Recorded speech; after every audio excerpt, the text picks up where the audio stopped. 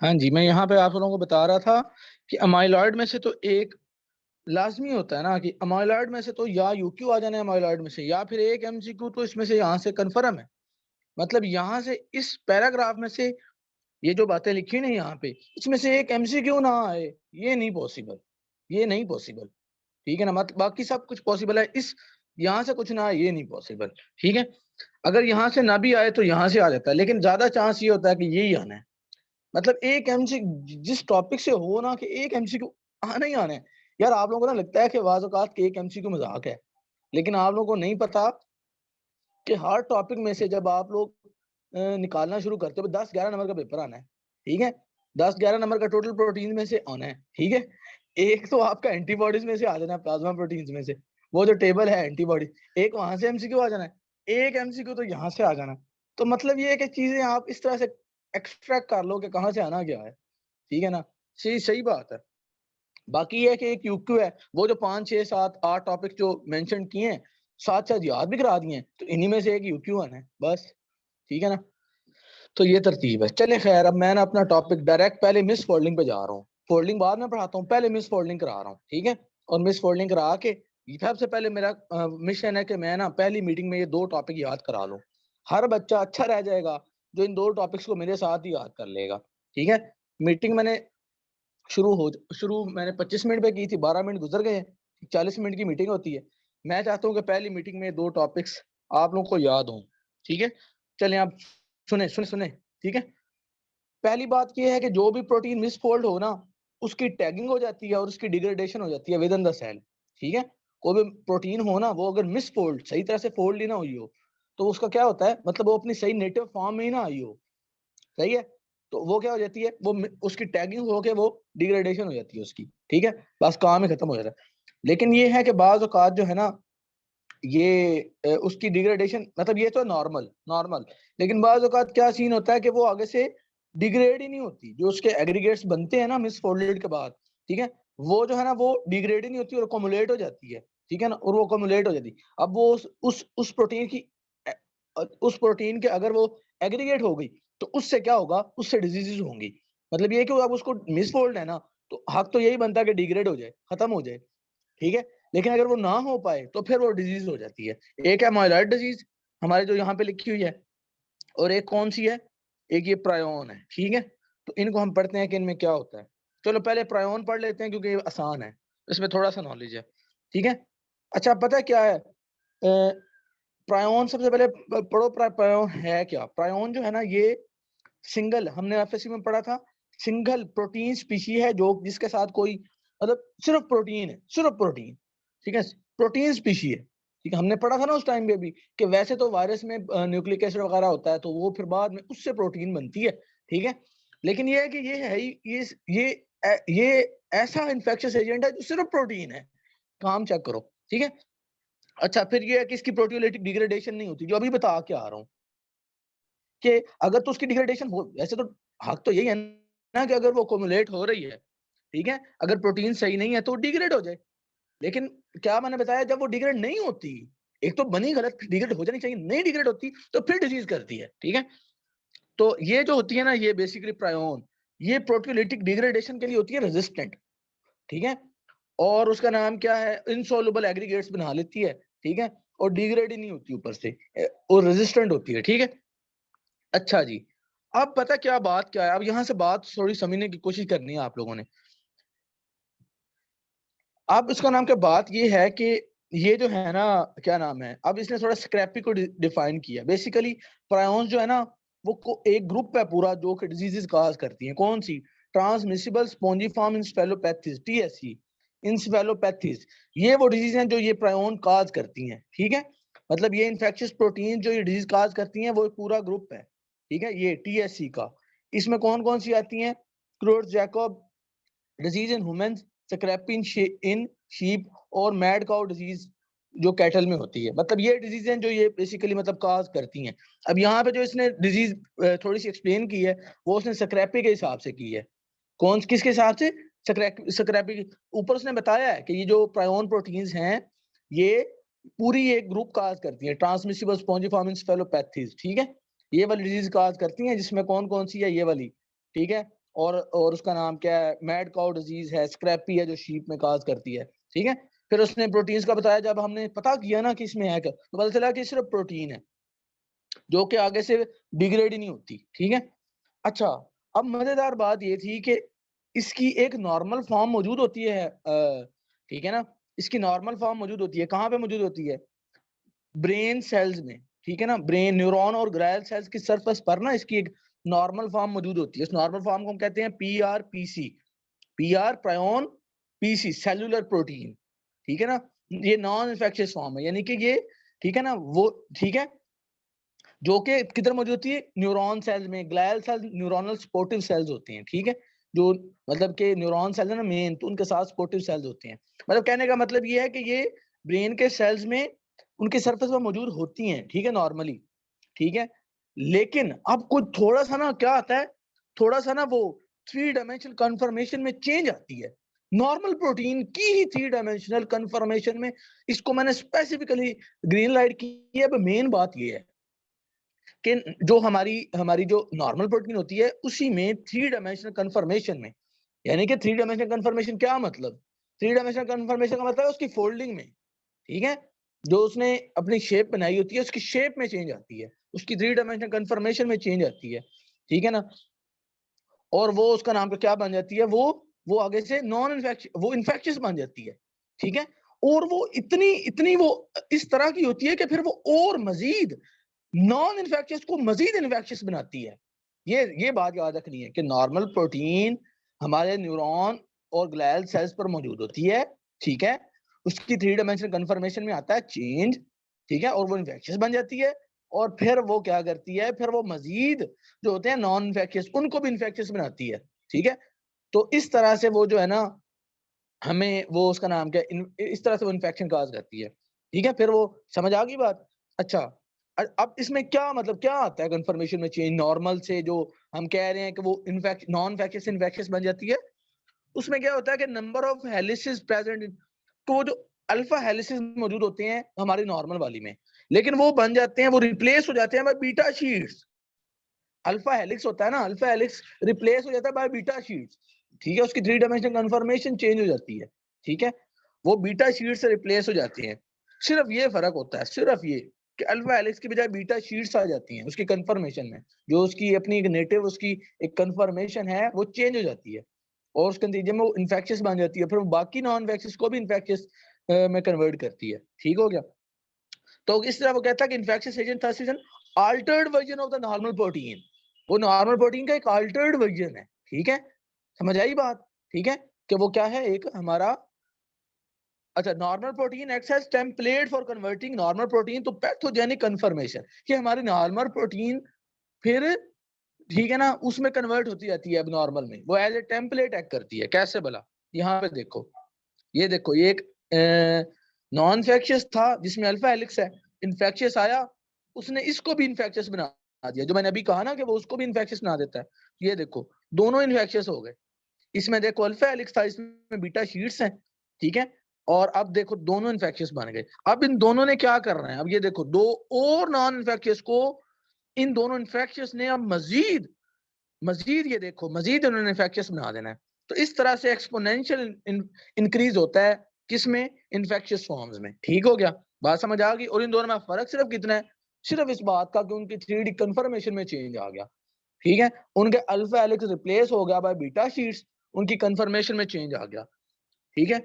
Even उन दोनों में कोई प्राइमरी स्ट्रक्चर का भी डिफरेंस नहीं है, कोई अमीनो एसिड की सीक्वेंस का डिफरेंस नहीं, कोई ये नहीं कि प्रोटीन के पैदा होने के बाद उसमें पोस्ट ट्रांसक्रिप्शनल मॉडिफिकेशन आई हो, कुछ भी नहीं फर्क, वो जीन भी उनका सेम है, वो ऑब्वियसली वही प्रोटीन तो उसमें कन्वर्ट हो रही है ना, ठीक है, वही जो हमारी प्रोटीन है वो जो टेम्पलेट के तौर पर एक्ट करके हमारे एबनॉर्मल में कन्वर्ट हो रही है, इन्फेक्शियस ही नॉन इन्फेक्शियस बन रही है, ठीक है, जीन भी सेम है, कोई कोई मसला कोई सी बात का फर्क नहीं, सिर्फ 3 डायमेंशनल कन्फर्मेशन, या फिर आप कह लो कि, ठीक है ना, उसकी मिस फोल्डिंग हुई, जो उसकी प्रॉपर एक उसकी नेटिव शेप थी फोल्डिंग के बाद जो बननी थी वो उसकी चेंज हो गई, ठीक है।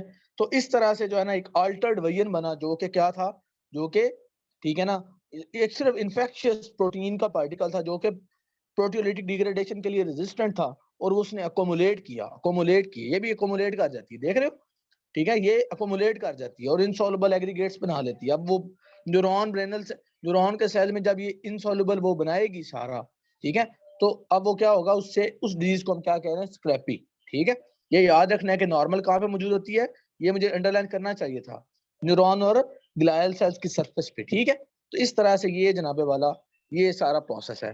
प्रोटीनेशियस इन्फेक्शियस पार्टिकल को हम कहते हैं प्रियॉन। ये आपका पहला टॉपिक हो गया। अब इधर आए जरा, इसको जरा अच्छा समझ लें। ठीक है, अच्छा, अब पता है क्या है, हमारी जो प्रोटीन होती है ना, वो या तो स्पॉन्टेनियसली ही मिसफोल्ड हो जाती है, या फिर उसका नाम क्या है, कोई जीन में म्यूटेशन होती है, जिस जीन से वो बनती है उस जीन में म्यूटेशन है, तो अल्टर्ड प्रोटीन बनती है, जो कि फिर ऑब्वियसली प्रोटीन सही बनी ही नहीं। ठीक है, तो उससे क्या होगा, वो मिसफोल्डेड ही बनेगी आगे से, जब जीन में म्यूटेशन है। ठीक है, जैसे हमारा वो क्या हुआ था, एटी की डेफिशिएंसी में क्या हुआ था कि पीछे से जीन में मसला आया था। ठीक है, एटी की डेफिशिएंसी में एंटीट्रिप्सिन की जो हमने पढ़ा था चैप्टर 4 में। ठीक है, जीन में मसला आया, उससे हमारा क्या हुआ, ग्लूटामिक एसिड की जगह पे लाइसिन लग गया, उससे प्रोटीन ही सही नहीं बनी, मिसफोल्डेड प्रोटीन बनी। तो ये वो बात कर रहा है। ठीक है, या फिर ये हो सकता है कि हमारी प्रोटीन सही बने लेकिन उसकी अब नॉर्मल प्रोटियोलिटिक क्लीवेज हो, उसकी जो आगे से क्लीवेज वगैरह होनी थी वो गलत हो जाए, सही ना हो, अब नॉर्मल हो। तो अब क्या होगा, उससे जो क्लीवेज के बाद जो प्रोटीन बनेगी वो स्पॉन्टेनियसली क्या कर देगी, ठीक है ना, वो अकोमुलेट असेंबलीज बना लेगी। ठीक है, और इनसॉल्युबली वो जो है ना एग्रीगेट्स बना लेगी, अकोमुलेट होकर ना।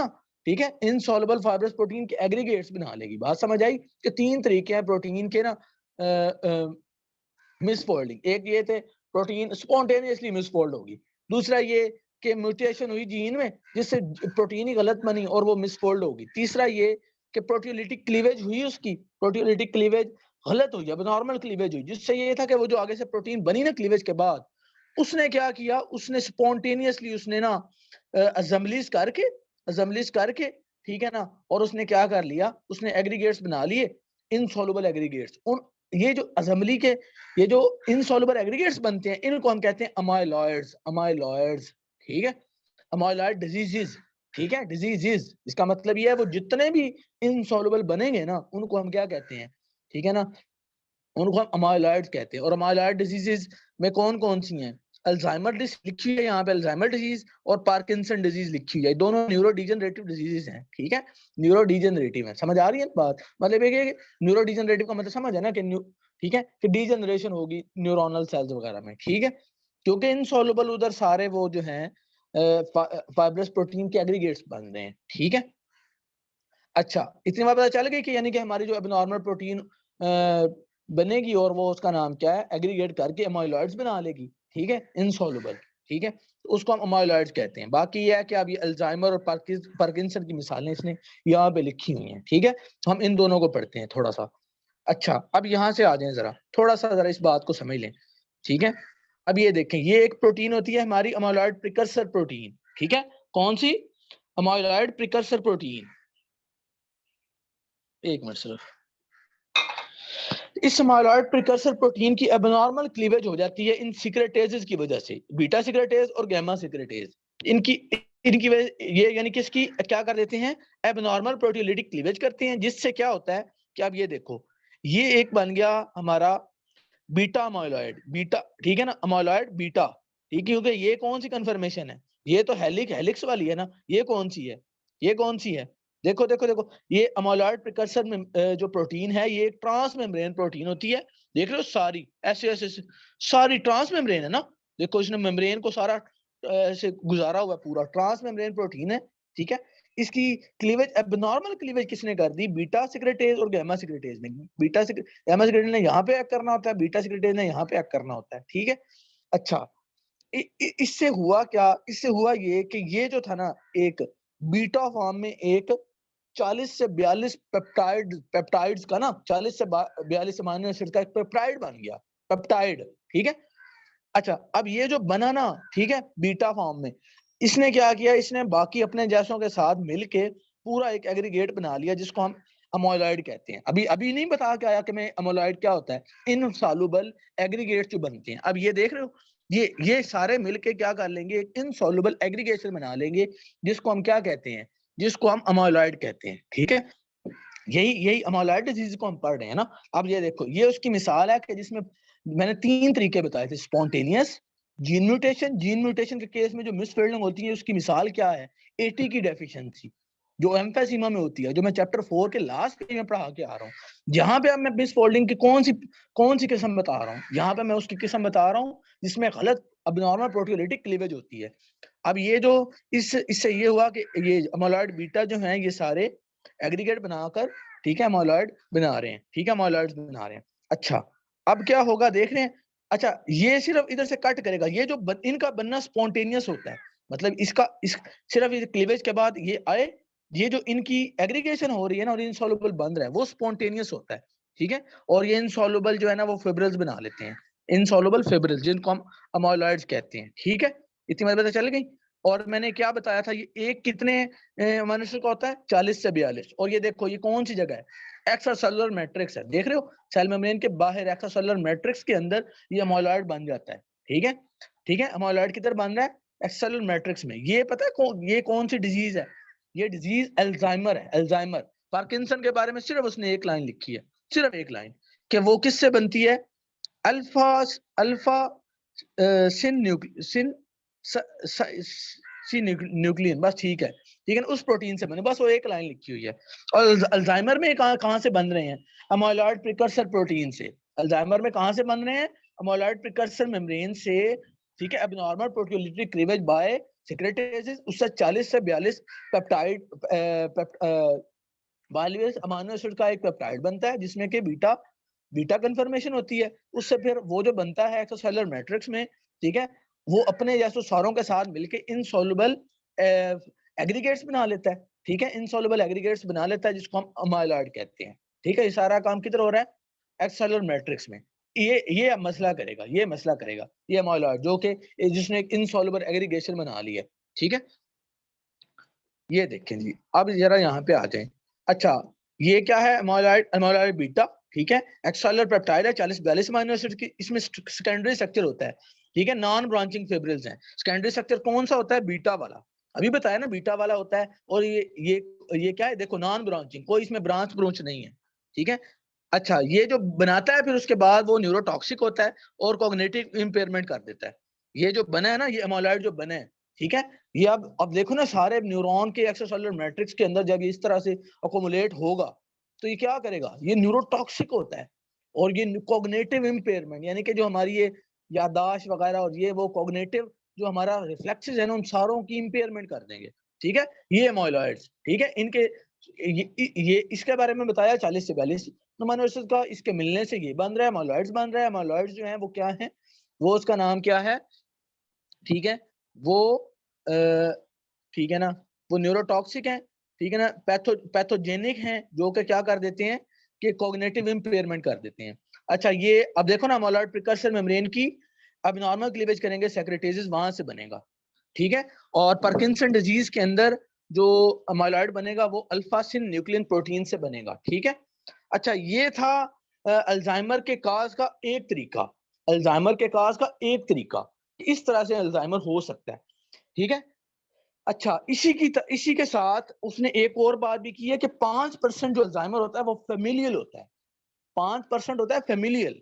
फेमिलियल का मतलब ये है कि जेनेटिकली ये चलेगा, ठीक है, जेनेटिकली, मतलब जेनेटिक मसले की वजह से होगा अल्जाइमर। उसमें उसने एक और बात भी की है कि ये गैमा सिक्रेटेज का एक कैटालिटिक सब यूनिट होता है, उसको हम कहते हैं प्रिजिलिन। ये देख, इसका नाम जो भी है, ठीक है ना, प्रीजेनिलिन, ठीक है, प्रीजेनिलिन, ठीक है। ये प्रीजेनिलिन की म्यूटेशन होती है, ठीक है। ये मोस्ट कॉमन फॉर्म है फेमिलियल अल्जाइमर डिजीज की, ये 5% होता है। पहली बात, फेमिलियल अल्जाइमर डिजीज का मैंने ये बताया कि 5% होता है टोटल जितना भी अल्जाइमर होता है उसमें से, ठीक है। 5 फेमिलियल का क्या मतलब है कि जो जेनेटिकली जो चल रहा होता है, उसके अंदर मैंने ये भी बताया कि उसमें भी मोस्ट कॉमन काज क्या हो सकती है फेमिलियल की, कि आपका ये गैमा सिक्रेटेज की जो गैमा सिक्रेटेज एंजाइम है ना, ठीक है, तो एंजाइम का कैटालिटिक सब यूनिट जो बनना है प्रिजिलिन, उसमें म्यूटेशन हो, ठीक है, यानी कि जिस जीन के जरिए से उसने बनना है ना, उस जीन में मसला हो। यानी कि फेमिलियल देखें ना, फेमिलियल कुछ भी हो सकता है, फेमिलियल ये भी हो सकता है कि आपकी ये प्रोटीन गलत बने, ठीक है, फेमिलियल ये भी हो सकता है कि मसलन के बात समझ आ रही है कि फेमिलियल के में ये भी हो सकता है कि एमाइलॉइड प्रिकर्सर प्रोटीन ही गलत बने। फेमिलियल ये भी हो सकता है कि आपके एंजाइम्स ही गलत बने जो कि प्रोटियोलिटिक क्लीवेज ही गलत करें। तो उसके अंदर वो बात कर रहा है कि गामा सेक्रेटेज का जो कैटालिटिक सब यूनिट है ना, ठीक है, उसकी पेनिसिलिन उसमें जब म्यूटेशन होती है तो ये मोस्ट कॉमन फॉर्म है जिसके जरिए से फेमिलियल अल्जाइमर डिजीज होती है।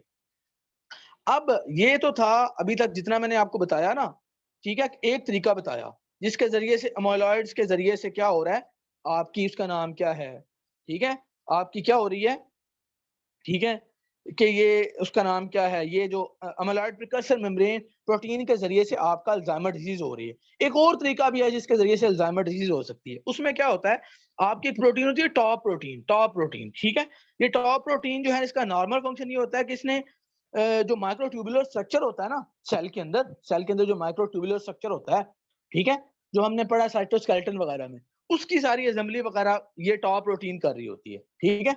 लेकिन ये है कि अगर ये टॉप प्रोटीन जो है ये अबनॉर्मल हो जाए, मसलन इसकी हाइपर फास्फोराइलेशन हो जाए और ये उसका नाम क्या है इनसॉल्युबल हो जाए, यानी कि टॉप प्रोटीन में मसला आया है, टॉप प्रोटीन अबनॉर्मल बनी आपकी, जिसने नॉर्मली क्या करना था, जिसने नॉर्मली माइक्रोट्यूबुलर स्ट्रक्चर की असेंबली करानी थी, ठीक है। अब अगर यही गलत हो गई तो उससे क्या होगा कि ये अकोमुलेशन ऑफ न्यूरोफिब्रिलरी टेंगल, ठीक है, अकोमुलेशन हो जाएगी neurofibrillary tangles inside the neuron, ठीक है, क्योंकि बेसिकली न्यूरोफिब्रिलरी टेंगल्स के अंदर ये प्रोटीन होती है टॉप प्रोटीन, ठीक है, जो आपके ये जो है ना, अब मेरी बात को सुनो, एक दूसरा फैक्टर है जो कि अब अल्जाइमर डिजीज के अंदर इन्वॉल्व होता है, उसमें क्या है, उसमें न्यूरोफिब्रिलरी टेंगल्स जो है ना वो अकोमुलेट हो जाते हैं, ठीक है, यानी कि दूसरे में ये मसला होता है कि जो है ना आपके न्यूरोफिब्रिलरी टेंगल्स वो न्यूरॉन्स के अंदर, ठीक है, वो जनाब अकोमुलेट हो जाते हैं। अब वो क्यों अकोमुलेट हुए, क्योंकि आपकी जो टॉप प्रोटीन है वो गलत बनी, वो इनसॉल्युबल बनी, ठीक है, वो गलत बनी, हाइपर फास्फोरिलेटेड और इनसॉल्युबल फॉर्म में बनी, जिससे ये था कि चूंकि ये प्रोटीन मौजूद उन टेंगल्स में होती है तो वो सारे जो है ना टेंगल्स, ठीक है, पता है ना न्यूरॉन्स की अब ये स्ट्रक्चर है न्यूरोफिब्रिलरी टेंगल्स, अब वो सारे अकोमुलेट हो गए, ठीक है। क्यों क्यों अकोमुलेट हो गए, क्योंकि उनके अंदर जो स्ट्रक्चर है मेन टॉप प्रोटीन वो गलत बनी, अब नॉर्मल बनी, तो वो सारे अकोमुलेट हो गए, जिससे क्या हुआ, जिससे आपकी अल्जाइमर डिजीज हुई, ठीक है। एक तो ही ना इसकी मदद से अमाइलॉइड प्रिकर्सर में प्रोटीन की वजह से जिसमें गलत प्रोटीओलिटिक क्लीवेज हुई थी, इसमें क्या हुआ है, इसमें आपकी टॉप प्रोटीन ही गलत बनी है, ठीक है, एबनॉर्मल बनी है, ठीक है, ये ठीक है ना, क्योंकि जो कि हाइपर फास्फोरिलेटेड और इनसॉल्युबल बनी है, जिससे ये हुआ कि वो जिन स्ट्रक्चर्स में मौजूद होती है वो सारे अकोमुलेट हो गए हैं, ठीक है। तो ये था जी आप लोगों का ये वाला टॉपिक, ठीक है, आप लोगों को समझ आ गया, ठीक है। इसमें अब मैंने क्या समझाया अभी तक, ठीक है, इसमें चलो, और ये यहाँ से अल्फा न्यूक्लियन याद रखना है, टॉप प्रोटीन याद रखना है, अमाइलॉइड प्रिकर्सर मेम्ब्रेन याद रखना है, अमाइलॉइड बीटा वाली बात याद रखनी है, ठीक है। ये वाले वो पॉइंट्स हैं जो आप लोगों ने लाजमन याद रखने हैं, ठीक है। ये मेरी स्क्रीन को क्या हुआ है, आप लोगों को मेरी आवाज वगैरह आ रही है ना?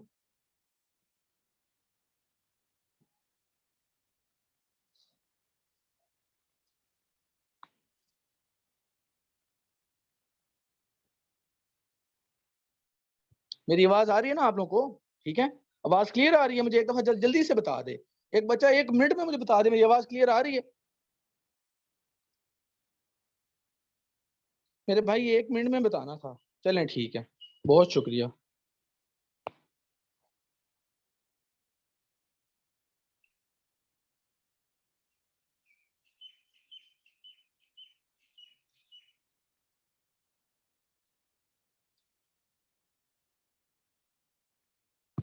चलें जी, चलें चलें चलें। ओहो, अच्छा जी, अब जरा यहाँ पे आ जाएं। कल जो मैंने आप लोगों को बता रहा था ना, ठीक है, कल मैंने आपको कल तक बता लिया था ये बीटा शीट तक, एक होते हैं बीटा बैंड्स भी होते हैं। अच्छा, ये इन बीटा बैंड्स का क्या काम है, ठीक है, बीटा बैंड्स बेसिकली जो है ना ये पॉलीपेप्टाइड की डायरेक्शन बदल देते हैं और इसे एक ना ऐसे कॉम्पैक्ट सा एक बनाने की में हेल्प करते हैं, ग्लोबुलर्स की शेप बनाने में हेल्प करते हैं, ठीक है। ये बेसिकली प्रोटीन की सरफेस पर पाए जाते हैं, प्रोटीन की सरफेस पर। इनमें बेसिकली 4 रेजिड्यूज होते हैं, 4 अमाइनो एसिड होते हैं इसमें बेसिकली। उसमें प्रोलीन आ सकता है जो बेसिकली किंग काज करता है, और ग्लाइसिन होता है, ठीक है। और उसका नाम क्या है, इनमें क्या होता है, इनमें हाइड्रोजन बॉन्ड्स होते हैं, क्योंकि 4 होते हैं ना, तो मैंने कल भी आपको बताया था कि पहले और चौथे अमीनो एसिड के दरमियान जो है ना वो हाइड्रोजन बॉन्ड बनता है, पहले और चौथे के दरमियान आमतौर पे बनता है। यहाँ पे भी पहले और चौथे के दरमियान बन रहा था, पहला, दूसरा, तीसरा, चौथा, पहले और चौथे का ना NH और CO सामने सामने आता है, ठीक है। तो इस तरह से ना बीटा बेंड काज करती है, बेंड। मसलन एक ये देखो, यहाँ पे देखो, यहाँ पे देखो, देखो देखो देखो, ये देखो, एक जा रही थी, इसको बेंड क्यों कहते हैं? क्योंकि ये एक था ना वो बीटा का, ये दूसरा था, इन दोनों के दरमियान ये बेंड किसकी वजह से आ रहा है? ये बीटा बेंड है, ठीक है। इसका दूसरा नाम भी एक है, इसका दूसरा नाम है रिवर्स टर्न्स, ठीक है, कि उसने उसको पूरा ऐसे टर्न कर दिया। तो इस तरह से ना ये प्रोटीन को एक ग्लोब्यूलर बनाने की मदद कर रहे होते हैं। उसकी सरफेस पर आमतौर पर ये मौजूद होते हैं, प्रोटीन की जो सरफेस होती है उस पर बीटा बैंड्स वगैरह मौजूद होते हैं, ठीक है। 4 रेजिड्यूज के होते हैं, ठीक है। आपको पता ना किंग किसने प्रोवाइड किया, जिसकी वजह से ऐसे किंग आ रही होती है। किंग का मतलब होता है ऐसे, जिसमें मोड़ आ जाए, ठीक है, ऐसे, ठीक है, वो प्रोलीन की वजह से आ रहा था। वैसे इसमें 4 अमीनो एसिड होते हैं जिसमें उसने 2 का नाम लिखा है कि उसमें प्रोलीन और ग्लाइसिन होते हैं। बाकी ये है कि उसने ये भी बताया कि इसमें 4 अमीनो एसिड्स भी होते हैं। वो ऑब्वियसली फिर या होंगे आपके एसिडिक और बेसिक अमीनो एसिड में से होंगे, ठीक है। अच्छा, अब ये देखें, कुछ होते हैं वो तो जो थे ना, वो अल्फा हेलिक्स वगैरह, वो थे रेपिटेटिव सेकेंडरी स्ट्रक्चर। ये देखें ना, ये रिपीट होते रहते हैं, वो थे रेपिटेटिव। कुछ नॉन रेपिटेटिव भी होते हैं, नॉन रेपिटेटिव, उसने नाम लिखा है लूप और कॉइल, ये लेस रेगुलर होते हैं। लूप और कॉइल वगैरह होते हैं, ये लेस रेगुलर स्ट्रक्चर होते हैं, ठीक है। जो हमने ऊपर बात की थी ना, वो बीटा वगैरह की, वो सारा वो थे, वो क्या थे, वो उसका नाम क्या क्या थे हमारे, रिपीटिंग, बार बार रिपीट होते रहते हैं बार बार, ठीक है, प्रोटीन की स्ट्रक्चर के अंदर। वो अभी हम उसमें भी देखते हैं। अच्छा, ये भी देख लेंगे, एक एन टर्मिनल, सी टर्मिनल, ये देखें ना, एंटी पैरेलल बीटा शीट, और क्या है, पैरेलल बीटा शीट, जिसमें, ठीक है ना, ये देख रहे हैं, बीटा शीट्स में ये भी सीन होता है, ठीक है, कि पैरेलल शीट्स भी होती हैं और एंटी पैरेलल शीट्स भी होती हैं, ठीक है। चलें जी, ये जो हमने पढ़ी थी ना शीट्स, यहाँ पे हमने पढ़ा था, ठीक है। तो ये पैरेलल भी हो सकती हैं, एंटी पैरेलल भी हो सकती हैं, ठीक है। अच्छा, अब आगे super secondary structure. Super secondary structures की ये वाली आपने याद करनी है, ठीक है। सुपर सेकेंडरी स्ट्रक्चर में देख लो, अभी ऊपर से ही देख लो, ठीक है, बीटा अल्फा हेलिक्स, ठीक है, ये देख लो लूप, ये देखो, ये हेलिक्स है, ये लूप है, ये लूप है, ठीक है, जो हमने अभी यहाँ पे नहीं पढ़ा लूप, ये है, ये क्या, ये हेलिक्स है, ठीक है। इसमें देखो ये बीटा मिंडर, ठीक है, सारे वो बीटा बीटा बीटा मिंडर का मतलब बीटा सारे मिल गए, बीटा बैरल, ठीक है। तो ये सारे क्या है, ये सुपर सेकेंडरी स्ट्रक्चर्स हैं। इसमें क्या होता है, सारे हमारे सेकेंडरी स्ट्रक्चर एलिमेंट्स जो हमारे ये अल्फा हेलिक्स वगैरह, कॉइल्स वगैरह होते हैं, उनके मिलने से बनते हैं। ये बेसिकली प्रोटीन के कोर में, सेंटर में मौजूद होते हैं। प्रोटीन की जो सेंटर होती है ना, उसमें सारे ये मौजूद होते हैं। जबकि प्रोटीन की सरफेस पर कौन मौजूद होते हैं, अभी बता के आ रहा हूँ। ये लूप्स वगैरह जो लेस रेपिटेटिव होते हैं, और हमारे बीटा बैंड्स वगैरह, ठीक है। ये प्रोटीन की, इसका मतलब है प्रोटीन का जो बेसिकली कोर है ना, वो सही हाई डेंसिटी वाला होता है, ठीक है, उसमें ये सारे मौजूद होते हैं, ठीक है। ये हमारे सुपर सेकेंडरी स्ट्रक्चर्स वगैरह, और यही बेसिकली ये मोटिव्स ही होते हैं जो कि हमारी डोमेन्स बना रहे होते हैं। बेसिकली मेरी बात सुनो ना, पता है होता क्या है, आपका सेकेंडरी स्ट्रक्चर बना, फिर सेकेंडरी स्ट्रक्चर के मिलने से मोटिव्स बने, फिर मोटिव्स जो होते हैं ना, अब ये सारे माइनर एसिड ही है ना, माइनर एसिड हैं सारे, सारे माइनर एसिड हैं। ये मोटिव्स फिर आगे से डोमेन्स बना रहे होते हैं, फिर डोमेन्स मिलके जो है ना वो पॉलीपेप्टाइड्स के स्ट्रक्चर्स बना रहे होते हैं, ठीक है। अच्छा, ये बेसिकली जो है ना सुपर सेकेंडरी स्ट्रक्चर बनते कैसे हैं, close packing of side chains from adjacent structure amino acid, close packing of side chains. ये देखो देखो देखो देखो, इसकी साइड चेन्स होंगी, ठीक है, इसकी साइड चेन्स होंगी, इनके दरमियान क्लोज पैकिंग से बनते, इनके दरमियान बॉन्डिंग से बनते हैं, ठीक है। ये बात किसी को समझ आई कि देखो, अब हमने यहाँ पे इनकी इनकी साइड चेन्स निकाली हुई है ना, ठीक है। अब सपोज ये है, एक इसके साथ वाला है, उनके दरमियान बॉन्ड बन गया, ठीक है। इसी तरह से सपोज ये है, ठीक है, इसकी आर निकली हुई है, साथ समझ लो यहाँ पे बीटा स्टैंड आया, क्योंकि ये तो हमने एक स्ट्रक्चर बनाया है। प्रोटीन तो बहुत बड़ी पॉलीपेप्टाइड होती है, तो उसके अंदर अगर इसके सामने इसके वाले आ गए, तो वो इस तरह से सुपर सेकेंडरी स्ट्रक्चर्स बन जाते हैं। समझ आई कि मोटिव इसकी वजह से बन रहा है, इस आर की वजह से, क्योंकि इस आर के अंदर वो जो है ना साइड चेंज होती हैं। तो इसी वजह से तो मैंने कहा था कि इन आर की वजह से बेसिकली ये आर किस में होते हैं, प्राइमरी स्ट्रक्चर में, इनकी वजह से बेसिकली क्या होना है, आपकी टर्सी और मोटिव्स बनने हैं, इन्हीं टर्स मोटिव्स बनने हैं। समझ आई बात? तो इस तरह से हम आपका प्राइमरी स्ट्रक्चर डिफाइन कर रहा होता है, आपकी फोल्डिंग। यही तो फोल्डिंग है कि प्राइमरी स्ट्रक्चर सेकेंडरी में गया, सेकेंडरी सुपर सेकेंडरी बना रहा है, सुपर सेकेंडरी जो है वो आगे से क्या कर रहे हैं, वो आगे से टर्सी स्ट्रक्चर बना रहे हैं, ठीक है, यानी कि टर्शियरी स्ट्रक्चर में आगे से क्या है, डोमेन्स है ना, डोमेन्स, तो डोमेन्स को जाके बना रहे हैं। और ये जो सारे बॉन्ड बनते हैं